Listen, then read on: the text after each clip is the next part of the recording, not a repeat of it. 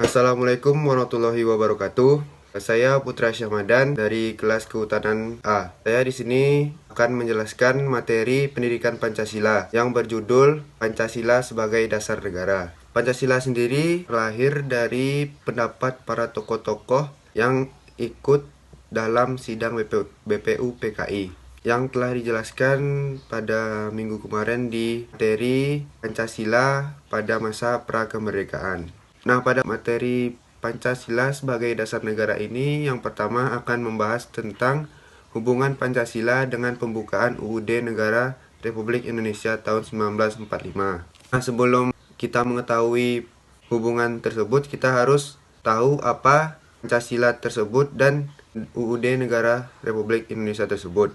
Nah, Pancasila merupakan dasar negara Indonesia, sedangkan UUD Negara Republik Indonesia tahun 1945 merupakan dasar konstitusi negara Indonesia. Pancasila itu mengandung nilai-nilai yang hendaknya dapat diterapkan masyarakat.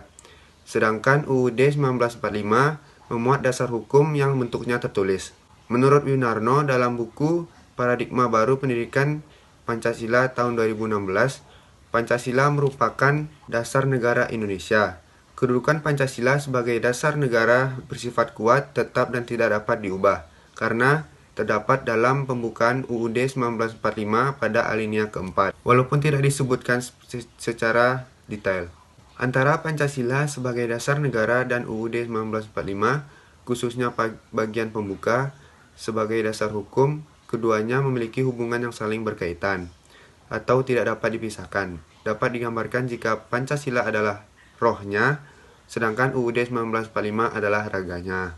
Seperti itu perumpamaannya. Pancasila merupakan unsur pokok dalam pembukaan UUD 1945. Unsur pokok ini kemudian dijabarkan lebih lanjut dalam pasal-pasal UUD 1945 sebagai norma hukum dasar dalam kehidupan bernegara dan berbangsa. Pancasila juga merupakan dasar filsafat negara yang termuat dalam pembukaan UUD 1945. Artinya, setiap hal dalam konteks penyelenggaraan negara harus sesuai dengan nilai Pancasila, termasuk peraturan, perundang-undangan, pemerintahan, sistem demokrasi, dan lain sebagainya. Maka dapat disimpulkan jika hubungan antara Pancasila dengan pembukaan UUD 1945 merupakan hubungan yang sifatnya formal. Artinya, Pancasila dijadikan dasar dalam penyelenggaraan negara, serta sebagai norma positif, Pancasila memiliki kedudukan yang kuat dan tidak dapat diubah, sedangkan pembukaan UUD 1945 berkedudukan sebagai hukum tertinggi. Selain itu, Pancasila dan pembukaan UUD 1945 juga memiliki hubungan material. Artinya, UUD 1945 merupakan kaidah hukum negara Indonesia, yang mana seluruh unsur dan pokok kaidahnya bersumber dari Pancasila. Maka dapat dikatakan jika Pancasila juga merupakan tata tertib hukum Indonesia. Nah, pembahasan yang kedua yaitu tentang penjabaran Pancasila dalam batang tubuh UUD Negara RI tahun 1945. Pembukaan UUD 1945 mengandung pokok-pokok pikiran yang meliputi suasana kebatinan, cita-cita, dan hukum moral bangsa Indonesia. Pokok-pokok pikiran tersebut mengandung nilai-nilai yang dijunjung tinggi oleh bangsa Indonesia karena bersumber dari pandangan hidup dan dasar negara, yaitu Pancasila. Pokok-pokok pikiran yang bersumber dari Pancasila itulah yang dijabarkan ke dalam batang tubuh melalui pasal-pasal UUD 1945. Hubungan pembukaan UUD 1945 yang memuat Pancasila dalam batang tubuh UUD 1945 bersifat kausal dan organis.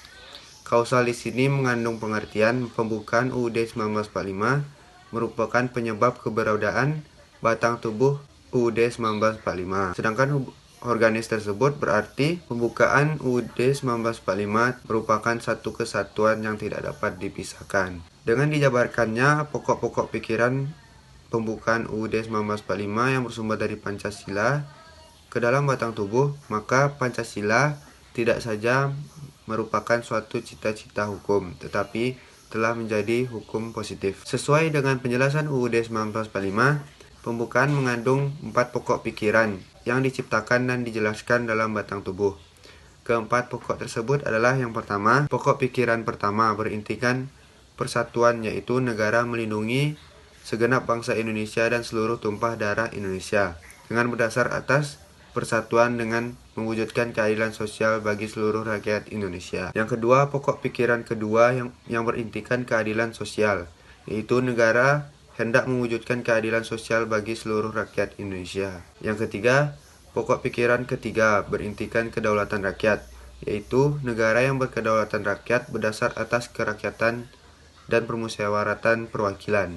Yang keempat, pokok pikiran keempat yang berintikan ketuhanan yang Maha Esa, yaitu negara berdasar atas ketuhanan yang Maha Esa menurut dasar kemanusiaan yang adil dan beradab.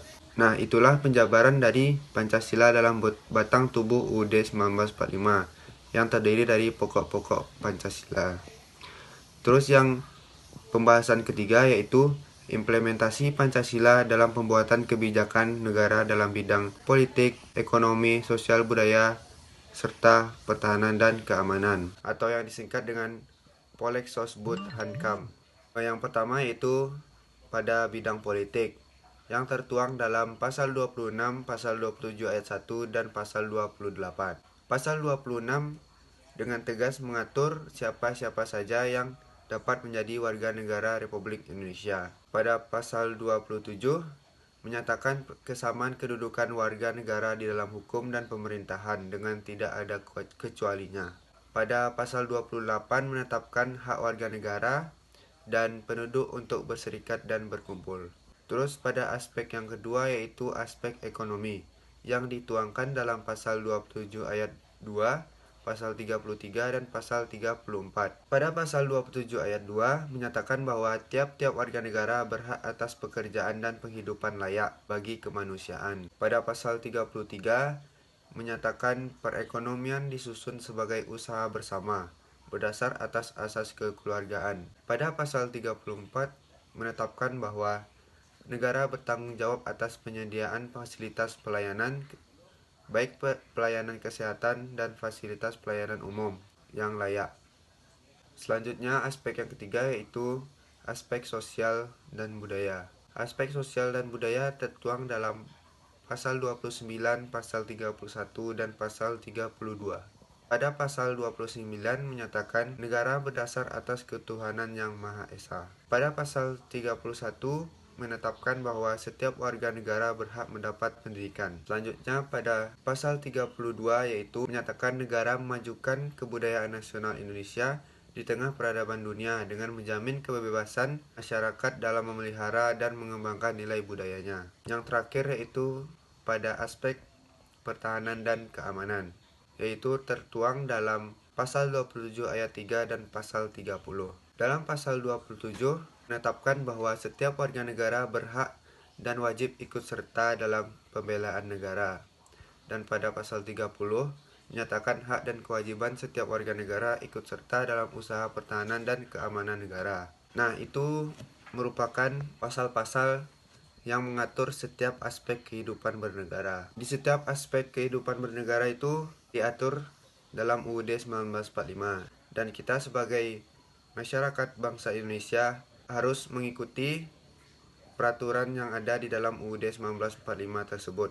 Jadi, Pancasila sebagai dasar negara memiliki hubungan dengan bukan UUD Negara Republik Indonesia tahun 1945, serta dijabarkan dalam batang tubuh UUD Negara Republik Indonesia tahun 1945, dan juga menjadi implementasi Pancasila dalam pembuatan kebijakan.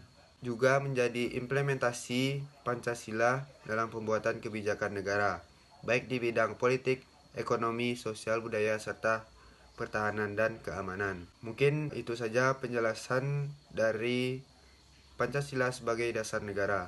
Terlebih dan terkurang saya mohon maaf. Assalamualaikum warahmatullahi wabarakatuh.